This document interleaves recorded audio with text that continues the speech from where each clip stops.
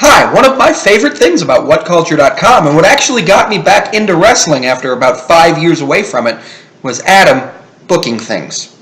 And I've decided I'm going to try my hand at it. So here it is, how WWE should book WrestleMania 33.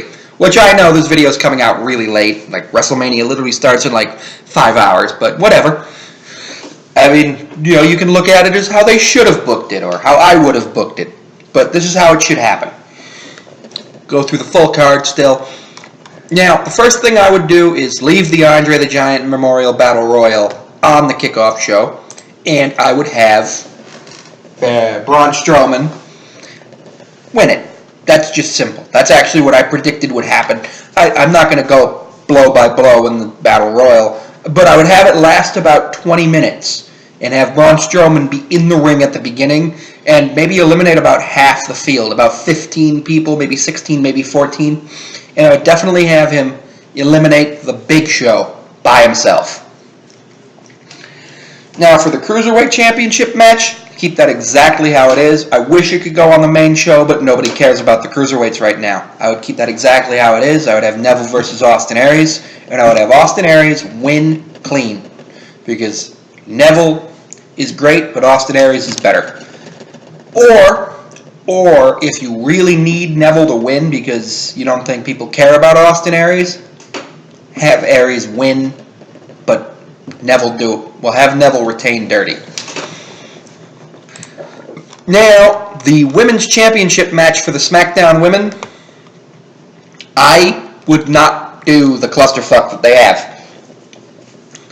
First, they announce it as a all-available women, then they cap it as a six-pack challenge. See, what I would do is I would actually I would strip Bayley of her championship, and I would strip Alexa Bliss of her championship. And what I would do is I would put all of the women on Monday Night Raw. And I would put all of the Cruiserweights on SmackDown, because why are they traveling to Raw and SmackDown for 205 Live? This way, you have two divisions that clear cut. Then what I would do is I would make it a women's 6-women elimination chamber match. Bayley's in it, Charlotte's in it, Becky Lynch is in it, Naomi's in it. That's 4. Maybe you get Sasha Banks in there for 5, and Mickie James in there for 6. And you do it in the Elimination Chamber. Yeah, I know, that's not really a great curtain jerker match, but it makes sense. Then what I do is I have Bayley get the last pinfall over Naomi.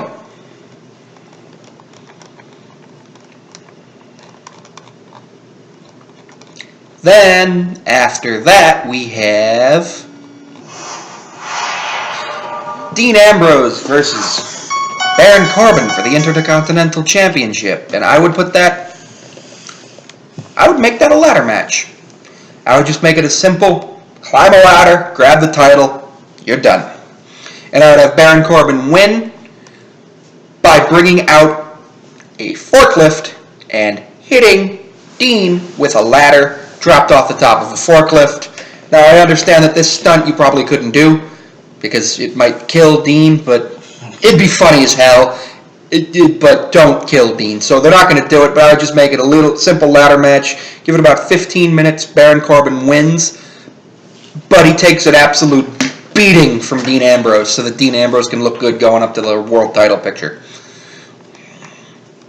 That's that triple threat ladder match for the Raw Tag Team Championships. Cut out Enzo and Cass. You got Cesaro and Sheamus versus the Club. And you just make it a traditional tag team matchup. And you have Luke Gallows and Carl Anderson retaining their titles because there's no reason for them not to. And Cesaro and Sheamus, maybe they lose dirty. I would definitely have them stay on as a tag team. Enzo Amore and Big Cass, they either need to turn heel. I don't know how they haven't with what Enzo did in the hotel room with that woman. Or break up. The Fatal 4-Way Raw Women's Championship match doesn't exist. That happened with the Elimination Chamber match for the opening match. But what I have here is I have Naomi versus James Ellsworth in a mixed gender match. one-on-one match. And it's a career-threatening match for James Ellsworth. If he loses, he's fired. And I'd have him do this as a shoot. Whichever one wins the shoot fight wins the wrestling match. So I would assume Nia Jax is winning because she's stronger than James Ellsworth. Shane McMahon versus AJ Styles. I'd totally cut that and have AJ Styles versus The Undertaker. Yes, I would have AJ Styles versus The Undertaker, and I would have AJ Styles beat down The Undertaker in a no disqualification match. Hit him with a chair, a sledgehammer, a garbage can. No disqualification and falls count anywhere. And I'd have AJ lose after Shane McMahon comes out and interferes on behalf of The Undertaker, and then set up Shane versus AJ for Tuesday on SmackDown.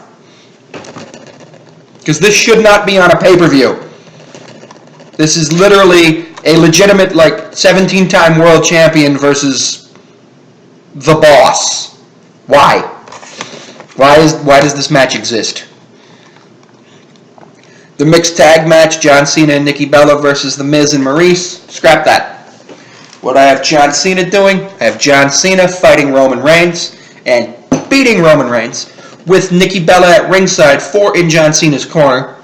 And I have John Cena doing the proposal because you want that Total Bellas money. And also, I really don't like The Miz, so I hope John Cena would bloody up The Miz. And in the real match, I want John Cena to bloody up The Miz and do the proposal. What do I have The Miz doing? I have The Miz fighting Triple H for no reason at all. Why? Because I really don't want to hurt Seth Rollins' knee. So what we're going to have happen is that unsanctioned match still is scheduled, but Miz comes out to Seth Rollins' music and just starts wailing on Triple H. And Triple H is, okay, I'll fight you, and that's the match.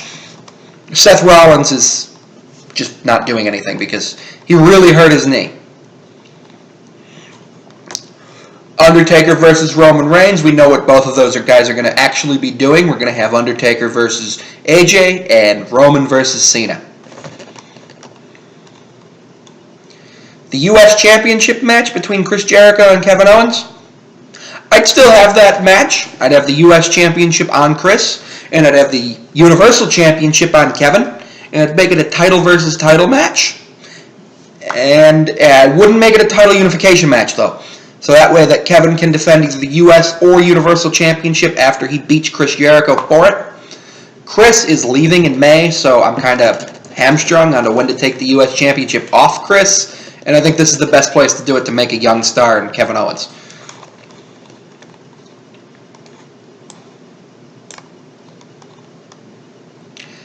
The WWE Championship match, I keep it exactly as it is. Randy Orton versus Bray Wyatt. I absolutely loved what they did with Randy Orton burning down Bray Wyatt's house, then Bray Wyatt baptizing himself in his dead sister's ashes, then, Randy shoving a crucifix into his grave. I absolutely love this. What I would do is I would have both of them bleed intentionally in this match and end the PG era. Go TV 14 again. Make wrestling great again. Then you have Goldberg versus Brock Lesnar in what appears to be the main event. I'm going to keep it as the main event, but what I'm going to have happen is I'm literally going to have them sword fight. It's not going to be a wrestling match. It's going to be a sword fight. First person to lose an ear loses the match. I'm going to assume that Goldberg is going to lose an ear, look like Mick Foley the rest of his life, and it'll just be funny. Fans will go home happy they saw a sword fight. And that's my crappy attempt at how WWE should book this year's WrestleMania.